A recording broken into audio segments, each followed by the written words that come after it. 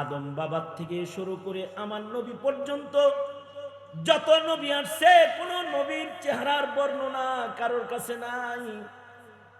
মুসা নবীর চেহারার বর্ণনা কারোর কাছে নাই, ঈসা নবীর চেহারার বর্ণনা কারোর কাছে নাই। হ্যাঁ, আমার নবীর চেহারা কেমন ছিল বর্ণনা আমাদের কাছে আছে।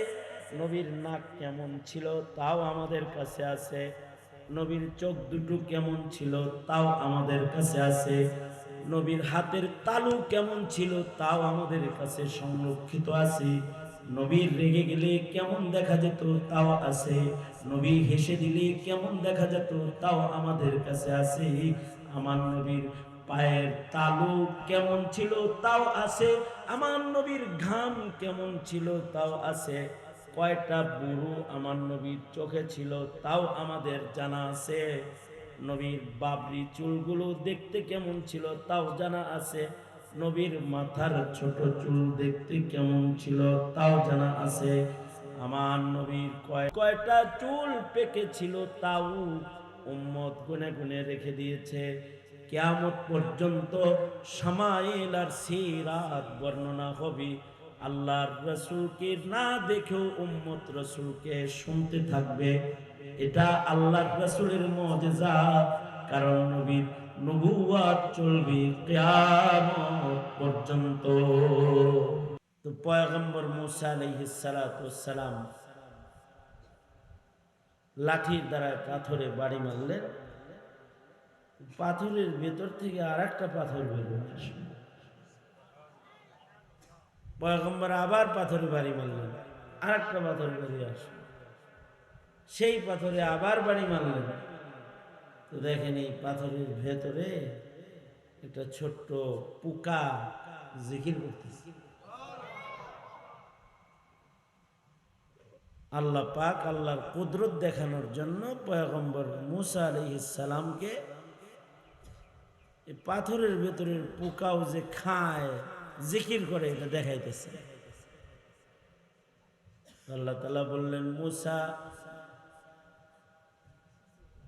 ও কি শুধু জিকির করে না, ও আরো কিছু বলে, একটু শোনো না, কান লাগাও, ওর কাছাকাছি কান নিয়ে যাও। মুসা আলাইহিস সালাতু ওয়াস সালাম নিজের কানকে পোকার কাছে নিলে পোকা বলতেছে, শুনেন, সুবহান মান রাআনি ওয়া সামিয়া কালামি ওয়া রাযাকানি। আমার মালিক পুত পবিত্র, যিনি আমার কথা শুনেন, পাথরের ভেতরে আমার দেখেন। আমি যখন তাকে ডাকি তো তিনি আমার ডাকের জবাব দান করেন। পাথরের ভেতরে পাথর, তার ভেতরে পাথর, তার ভেতরে পাথর, তার ভেতরে আমি। এইখানেও আমার মুনিব আমাকে রিজিক দান করেন, খানা খাওয়ান। পয়গম্বর লাঠি দিয়ে বাড়ি দিছেন তো আল্লাহ পাকের কুদরত দেখেছেন। এটা ওনার মুজিজা। কোন পয়গম্বরের মুজিজা ছিল যে লোহাতে ধরলে এটা মোমের মতো গলে যেত, নরম হয়ে যেত। তা আমাদের নবীর মুজিজা এরকম মুজিজা না। নবীদের মুজিজাগুলো ওগুলো ছিল, নবী যতদিন ছিল ততদিন ছিল। নবী নাই, মুসা নাই, মুসা আলাইহিস সালামের লাঠি নাই। ঈসা আলাইহিস সালাম নাই, ঈসা নবীর মতন কবর থেকে মানুষ উঠানোর এই মুজিজা আর নাই। কিন্তু আমাদের নবীজিকে আল্লাহ মুজিজা দিয়েছেন ভিন্ন। বুখারীর riwayat, আল্লাহর রাসূল বলেন যে অমুক নবীরে অমুক মুজিজা দিছে, অমুক নবীরে এই মুজিজা দিছে, অমুক নবীরে এই মুজিজা দিছে। মুজিজার বর্ণনা দিতেছেন আল্লাহর রাসূল। এরপরে নিজের মুজিজার বর্ণনা দিতে গিয়ে আল্লাহর রাসূল বলেন, আল্লাহ তাআলা আমাকেও মুজিজা দান করেছে। টিস্যু দাও। আমার মুজিজা হলো উতিতু ইলমান, আল্লাহ তাআলা আমাকে ইলম দান করেছে। নবীজিকে যে ইলম দান করা হয়েছে এটাই নবীজির মুজিজা, বড় মুজিজা।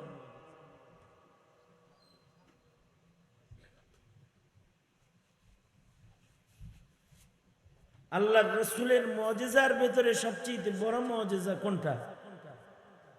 এই কথা শোনো তোমরা, কও তাইলে কি বুঝছো কিছু? কোরআন কও কে? আমি বলছি ইলম, তুমি কোরআন কই লাগে? তুমি কি কোরআন কইছি এখনো? নবীজির মুজিজা ইলম, নবীজির মুজিজা, ইলমটাই নবীর মুজিজা। এই মুজিজা এমন যে নবী নাই কিন্তু ইলম আছে।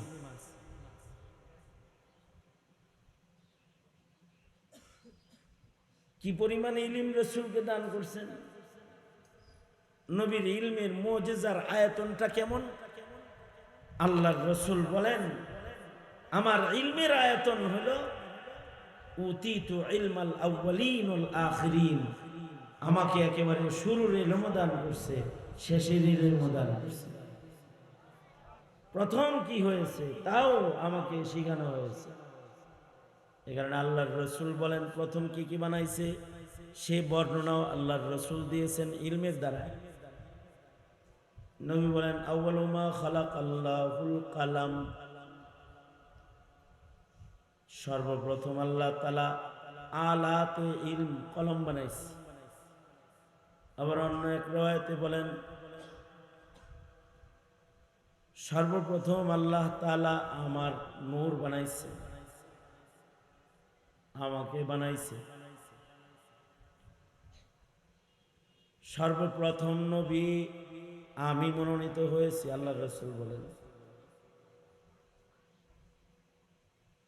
আমি প্রথম নবী, আবার আমি শেষ নবী। আনাল আকিব, নবী আগে কিন্তু দুনিয়াতে আসছি পরে। আবার নবীজি বলেন প্রথম ঘর বানানো হয়েছে কাবা ঘর।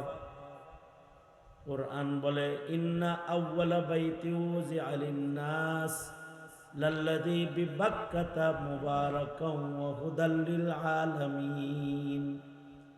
পৃথিবীতে পয়লা ঘর কোনটা এটাও নবী বলতেছেন। প্রথম মানুষকে কে পৃথিবীতে প্রথম এসেছে তাও বলেছেন।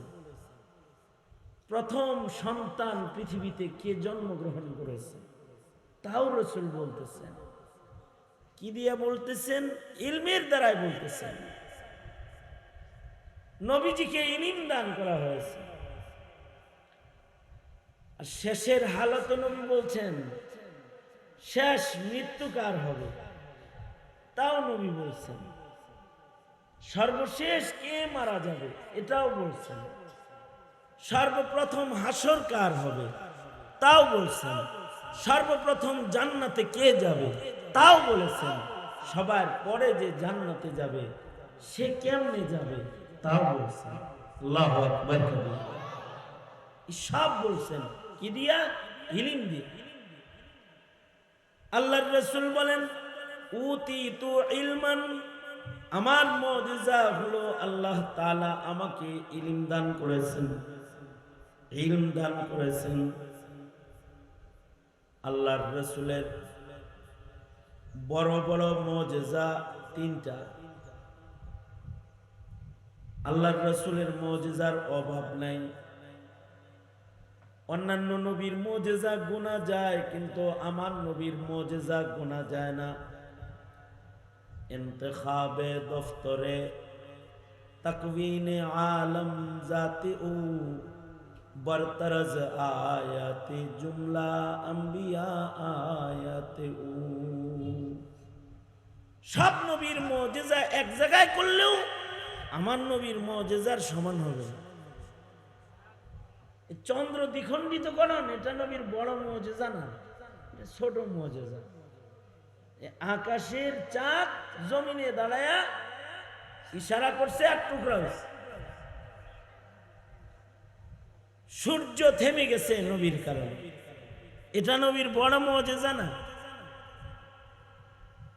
নবীজির তিনটি মুজিজা, সবচেয়ে বড় মুজিজা।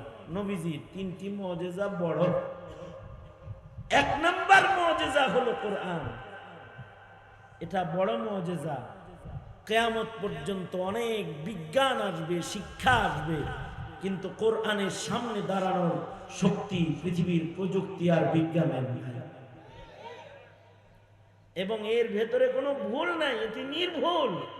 পৃথিবীতে যত গবেষক, যত দার্শনিক, যত বিজ্ঞানী আনবে, তাদের বইয়ে লেখা থাকবে, ভুল পেলে জানাবেন, শুধরে নিব। কিন্তু কোরআন মুজিজার গ্রন্থ, এর শুরুতে লেখা আছে লা রাইবা ফি, এর ভিতরে ভুল নাই। আল্লাহু আকবার, জোরে সবাই মিলা আল্লাহু আকবার।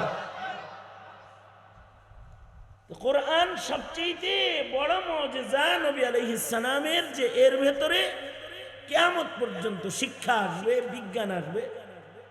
এর ভেতরে নুকতা লাগানোর ক্ষমতা দুনিয়ার কোনো শিক্ষা শক্তির হবে না। অথচ আল্লাহর রাসূল পৃথিবীর কোনো ইউনিভার্সিটিতে পড়েন নাই, স্কুলে পড়েন নাই। তবে হ্যাঁ, আল্লাহর রাসূল সরাসরি আল্লাহর কাছে পড়ছেন। আল্লাহর রাসূল বলেন, আল্লামানি রব্বি, আমার শিক্ষক আমার আল্লাহ নিজে। আল্লাহু আকবার।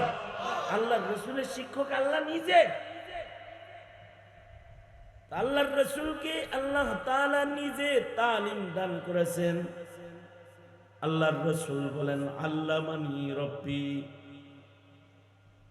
আল্লাহ আমারে শিখাইছেন এবং উত্তম শিক্ষা আমাকে শিখাইছেন। আদাবানি রব্বি, আল্লাহ আমাকে আদব শিখাইছেন, আখলাক শিখাইছেন এবং উত্তম আখলাক আমাকে শিক্ষাদান করেছেন। আল্লাহর রাসূল সরাসরি আল্লাহ পাকের ছাত্র। নবী আলাইহিস সালাম যে আল্লাহর কাছ থেকে ইলম শিখেছেন, এই ইলমের ভান্ডারের নাম কোরআন। কোরআনে কারীম হলো নবীজির মুজিজা। এই কিয়ামত পর্যন্ত এই কোরআনের একটি নুকতা অক্ষর গোপন করার ক্ষমতা সারা দুনিয়ার শক্তিধররা মিলেও পারবে না। ইন্না নাহনু নাযালনা যিকরা ওয়া ইন্না লাহু লাহাফিজুন, এর হিফাজত করবেন আল্লাহ। গতকালকে এই মাস্টার বাড়িতে একটা মাহফিলে আসছিলাম আমি। 6.5 বছরের একটা বাচ্চা, ও কোরআন শরীফ হিফজ করে ফেলছে। কালকে অনেকগুলারে পাগড়ি দিছি, তার ভেতরে 6.5 বছরের একটা পাগড়ি দিলাম কালকে।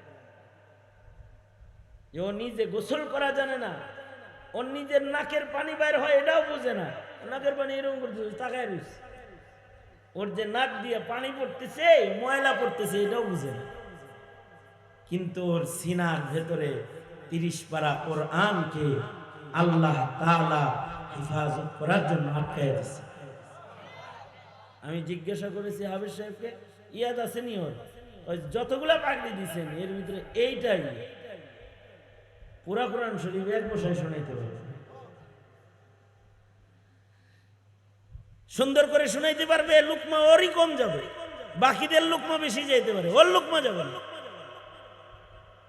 6.5-7 বছরের বাচ্চা ও কোরআন হিফজ করলো। হিফজ ও করে নাই, ওকে কেউ করাইছেন। তিনি কে? তিনি কে? আল্লাহ করাইছেন। কারণ এটা নবীর মুজিজা, নবুয়তের দলিল। কারণ আল্লাহর রাসূলের নবুয়ত চলবে কিয়ামত পর্যন্ত। তাই নবীর মুজিজা কোরআন থাকবে কিয়ামত পর্যন্ত। এর মাঝখানে নতুন পয়গম্বরও আসবে না, পৃথিবীবাসীকে নতুন শিক্ষা দেওয়ার দরকারও হবে না। কিয়ামত পর্যন্ত আনেওয়ালা মানুষ সব কোরআন দিয়ে চলবে। যারা কোরআন দিয়ে চলবে তারা জান্নাতের পথে থাকবে, যারা কোরআন ছেড়ে দিবে তারা ভ্রষ্ট হয়ে যাবে। এ কারণে আল্লাহ তাআলা বলেন ওয়াতাসিমু বিহাবলিল্লাহি জামিআন ওয়ালা তাফাররাকু, তোমরা আমার রজ্জু আমার রশিকে শক্ত করে ধরো। এটা নবীর সবচেয়ে বড় মুজিজা। পৃথিবীর যত ধর্মগ্রন্থ আছে ওইগুলোর দিকে এক নজর তাকাইলে আর কোরআনের দিকে এক নজর তাকাইলে ও যদি পাগল না হয় তাহলে ও পড়বে লা ইলাহা ইল্লাল্লাহ মুহাম্মাদুর রাসূলুল্লাহ। পৃথিবীর কোন গ্রন্থ এই বর্তমান যুগের বানানো তৌরাত, বানানো জবুর, বানানো ইনজিল যা আছে, সহিফা, এগুলো যা আছে এগুলো এক দেশেরটা আর এক দেশের সাথে মিল নেই। দুনিয়াতে একটা কিতাবের বিশ্ব কম্পিটিশন হয়, একটা বইয়ের বিশ্ব কম্পিটিশন হয়, যে সব দেশের ছেলেরা এসে ওখানে পড়তে থাকে এবং বাংলাদেশের বাচ্চা যা পড়ে উগান্ডা থেকেও যদি কোনো হাবেশ সবাই হেও এই তাই পড়বে যা বাংলাদেশের ছেলে পড়ে। লন্ডন আমেরিকাতেও আন্তর্জাতিক কম্পিটিশন হয়, ওখানেও একজন হাফেজে কোরআন তাই পড়ে যেটা বাংলাদেশের হাফেজেরা পড়ে। একটা নুক্তার ব্যবধান নাই। সুদাইসি মসজিদুল হারামে কোরআন পড়বে আর এই জামিয়াতুর রহমার একটা হাফেজ পিছনে দাঁড়ায় থাকবে, সুদাইসি ভুল করলে ও লোকমা লাগায় দেবে। কারণ সুদাইসি যে কোরআন পড়ে বাংলাদেশের এই আলেমও এই ছোট বাচ্চাটা ওই কোরআনই পড়ে, একটা নুক্তারও ব্যবধান নাই। আল্লাহু আকবার। এই বিশেষত্ব দুনিয়ার পৃথিবীর মাটিতে প্রেজেন্ট এখন এই সময়েও কোরআন ছাড়া আর কোন ধর্মের ধর্মগ্রন্থের নাই, কারণ এটা নবীর নবুয়তের মুজিজা। পৃথিবীর সব শিক্ষিতরা যদি খালি কোরআন তাকায় দেখে আর দুনিয়ার সব ধর্মের ধর্মীয় গ্রন্থ তাকায় দেখে, তো ওরে কোনো মোল্লা মুন্সির বলতে হবে না কালেমা পড় কালেমা পড়। ওরা যদি পাগল না হয় তাহলে কালেমা পড়ে ফেলবে। এই কারণে কোরআন পড়তে মানা, কোরআন শোনাইতে মানা। এ কারণেই কোরআনে কারীম পড়তেও দেওয়া হয় না, কোরআনে কারীম শোনাইতেও দিতে চায় না। এ কারণেই কোরআনের ওয়াজও শোনাইতে দিতে চায় না, কারণ এটা শুনলেই তো কাফের মুসলমান হয়ে যাবে, কাফের মুসলমান হয়ে যাবে। এটা কোরআনের বৈশিষ্ট্য, কারণ এটি নবীজির সকল মুজিজার ভেতরে সবচেয়ে মহামূল্যবান মুজিজা। কিয়ামত পর্যন্ত কোরআন থাকবে। কই থাকবে? মাদ্রাসায় থাকবে। এই জামিয়ার মতো জামিয়াতে কোরআন থাকবে। এই জামিয়ার মতো জামিয়াগুলোতেই কোরআন মুখস্থ করবে বাচ্চারা, পড়বে, বুঝবে। যারা আলেম হয়েছে ওরা এর বিশ্লেষণ শিখবে, জাতিকে শিখাবে। এদের মাধ্যমে নবীর মুজিজা ইলমে দ্বীন এটার হেফাজত হবে। নবীজির আরেকটা বড় মুজিজা হলো নবীজির মেরাজ। এটা মহা মুজিজা, অনেক বড় মুজিজা নবীজি। কারণ পৃথিবীর কোন পয়গম্বরকে সশরীরে আকাশে আল্লাহ নেন নাই। বিজ্ঞান আসমানে ঘুরতেছে কিন্তু আকাশের তলা খুঁজে পায় না, পাবে না। বিজ্ঞানের গতি এক জায়গায় গিয়ে শেষ হয়ে যায়, কিন্তু ওহীওয়ালা পয়গম্বর নবুয়তের নূর দিয়ে, শক্তি দিয়ে আল্লাহ তাআলা তার বন্ধু তার পয়গম্বরকে আসমানে ঝুলন্ত কোন গ্রহ, মঙ্গল, চাঁদ, শনিতে না,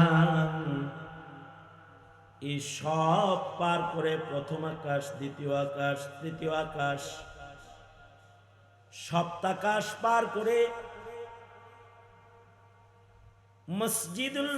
মসজিদ আল মামুর, সপ্তাকাশের পরে মসজিদ, সেখান থেকে সিদরাতুল মুনতাহা হযরত জিবরাইলের স্টেশন, সেখান থেকে আল্লাহর রাসূলকে সশরীরে আল্লাহ তাআলা তার বন্ধুকে আরশে আজিম পর্যন্ত নিছেন, যে আরশে মহান আল্লাহ সমাসীন, এ আরশে আল্লাহর রাসূলকে আল্লাহ তাআলা নিয়েছেন। এবং আল্লাহর রাসূলের সম্মান, আল্লাহর রাসূল আমার নবী আলাইহিস সালাতু ওয়াস সালামকে আল্লাহ তাআলা আরশের পরে জুতা সহ পা রাখতে আদেশ করেছেন, আর বলেছেন, বন্ধু হাবিবুল্লাহর পায়ের ধুলায় আজ আরশ ধন্য হবে। আরশ পর্যন্ত নিছেন। এই যে এত ঊর্ধ্বগমন, এইটা আশ্চর্য। এ কারণে এটার বর্ণনা করতে গিয়ে আল্লাহ নিজেই বলে, সুবহানাল্লাযী আসরা বিআবদিহি লাইলাম মিনাল মসজিদিল হারাম। নিজেই আশ্চর্য বস্তু বর্ণনা করতে গিয়ে সুবহান শব্দ ব্যবহার করেছে। এটি আল্লাহর রাসূলের বড় মুজিজার ভেতরে একটি বৃহৎ মুজিজা। নবীজির আরেকটা বড় মুজিজা হলো নবীর সিরাত, নবীর জীবন, নবীর আদর্শ। নবী কি টুপি পরত, নবী কি পাঞ্জাবি গায়ে দিত, নবী কেমনে খানা খাইত, নবী কেমনে বাথরুম করত, নবী আলাইহিস সালাম কেমনে হাঁটত, নবী কেমনে হাসত, নবীজি কেমনে যুদ্ধ করত, নবীজি বৃদ্ধর সাথে কি আচরণ করত, শিশুর সাথে কি আচরণ করত, নবী ফজরের নামাজ কয় রাকাত পড়ত, যোহরের নামাজ কয় রাকাত পড়ত, মাগরিব আসর ইশা সব নামাজগুলো কোনটা কয় রাকাত কেমন কেমন পড়ত, সব একেবারে ক্বাবলাল ওয়াহি বাদাল ওয়াহি। নবীজি জন্মের পর থেকে ইকরা বিসমি রাব্বিকাল্লাযী খালাক পর্যন্ত কেমন, আর ইকরা বিসমি রাব্বিকাল্লাযী খালাক থেকে আল্লাহর রাসূলের দাফন পর্যন্ত রাসূল কেমন, এই সব এ টু জেড, কোনো হিস্সা কোনো অংশ বাদ নাই, সব আল্লাহ তাআলা নবীর মুজিজা বানায়া সংরক্ষণ করছে। কেউ বলতে পারবে না ঈসা নবীর নামাজ কেমন ছিল, কেউ বলতে পারবে না মুসা নবীর নামাজ কেমন ছিল, কেউ বলতে পারবে না আদম বাবার নামাজ কেমনে পড়তো, কিভাবে কারা কেমনে কোন ইবাদত করত, এটা বলার ক্ষমতা নাই। আদম বাবার থেকে শুরু করে আমার নবী পর্যন্ত যত নবী আসছে, কোন নবীর চেহারার বর্ণনা কারোর কাছে নাই। মুসা নবীর চেহারার বর্ণনা কারোর কাছে নাই, ঈসা নবীর চেহারার বর্ণনা কারোর কাছে নাই।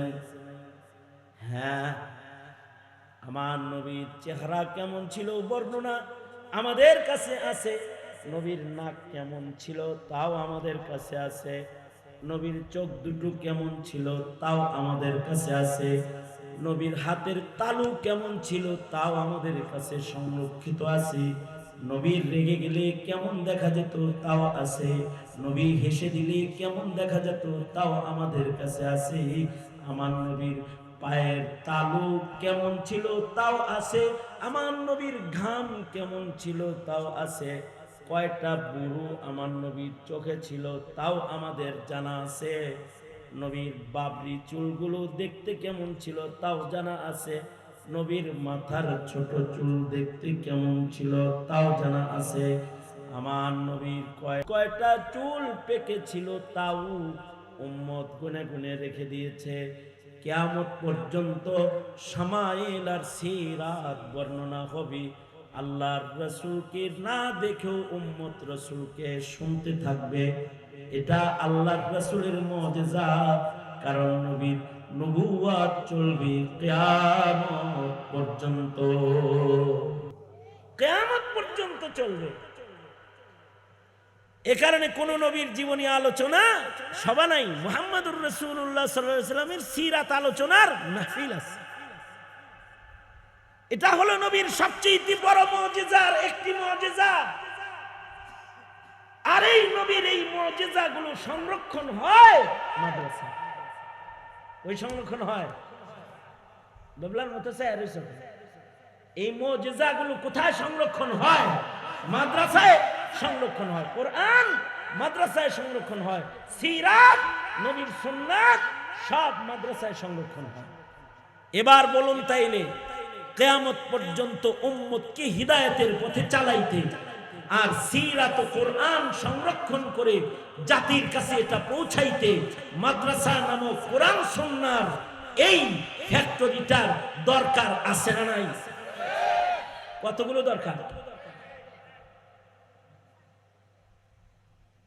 এই কারণেই নবীর খাতমে নবুওয়াত, নবীর রিসালাত, নবীর রেখে যাওয়া ইলম, নবীর রেখে যাওয়া সিরাত, এই সব সংরক্ষণ করার জন্যই এরকম মরে মরে কোণে কোণে নবীর উম্মতরা কেউ জাগা দিয়ে দেয়, কেউ ইট দিয়ে দেয়, কেউ রড দিয়ে দেয়, কেউ অর্থ দিয়ে দেয় মাদ্রাসা করে নবীর মুজিজা হেফাজত করার জন্য, যেন কাদিয়ানি মতবাদ, নাস্তিক্যবাদ, ইসলামের দুশমন ইহুদ নাসারারা আমার নবীর নবুয়ত রেখে যাওয়া দিন নিয়ে কখনো যেন টানাটানি করতে না পারে।